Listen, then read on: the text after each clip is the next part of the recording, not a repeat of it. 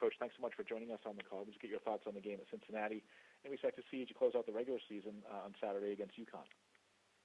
Yeah, obviously disappointed with the outcome of the game. Felt like we had numerous opportunities to win that game and did not, capitalize on any of those opportunities. And so now we come home with senior week, and we got UConn, and we're at home. So big week for seniors, big week for our program as far as what's at stake, as far as, sending the seniors out the right way, an 8th win on the season, which would, be the 5th time in school's history. They'd have 8 wins. So it's a big deal for us. So we're excited, and we got back to work this morning on it. Take questions for Coach Carey, please. Star 1 on your telephone keypad. We'll put you in the queue, and then the operator will introduce you. And we'll hear from Dan Tortora with wakeupcalldt.com. Please go ahead. Good afternoon. Good afternoon, Coach. How are you? Good. You? Good. Just, for you, as you brought up these seniors, you came into this program this season, so they had been in there before you. Just what you can say about your relationship with these gentlemen as they've come through this season, and just what the senior class has meant to Temple this year. Yeah, well, I think that there's the senior class, what it's meant to Temple, I think, speaks for itself. They've accomplished quite a bit here, been a part of a championship, and chances to go to 4 straight bowl games here. And as far as our relationship with them and mine, they made the transition easy. I'm just sorry that we couldn't have gotten more done for them, but we do have a big one this week. So looking forward to getting that going. And you speak about the game this week.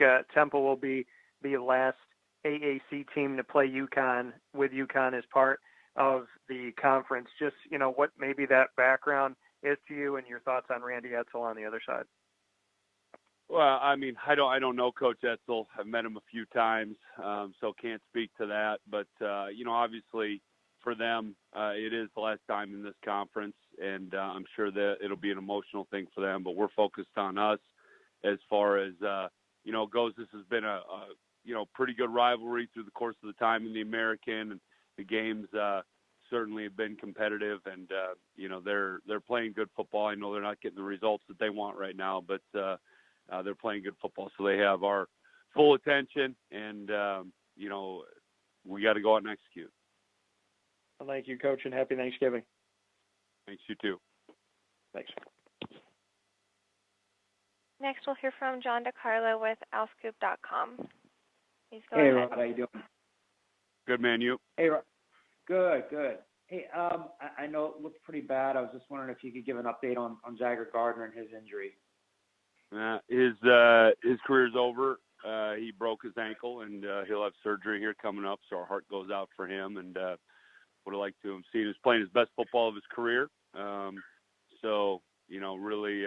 Really feel for him, and I know that's on everyone's minds and hearts here this week. How tough, this is a follow-up, how tough is it, obviously, to see that, considering what he's meant to you guys this season when Ray Davis goes down and the way he's run the ball this year? Yeah, no, it's, from a football point of view, which is secondary because, of who he is as a kid, that's primary. But from the football side of things, he was playing his best football, and he was being highly productive for us and doing a nice job. So your heart goes out to him on that. Hey, you mentioned Tavon Roy before and some of the other guys. Who beyond Tavon, who really gets into the mix for you here to fill that void that Jagger leaves as you head into the UConn game and their bowl game? Well, it'll be Tavon. I think Dobbins is back healthy now. We'll get him in their mix. Johnny Forrest, certainly.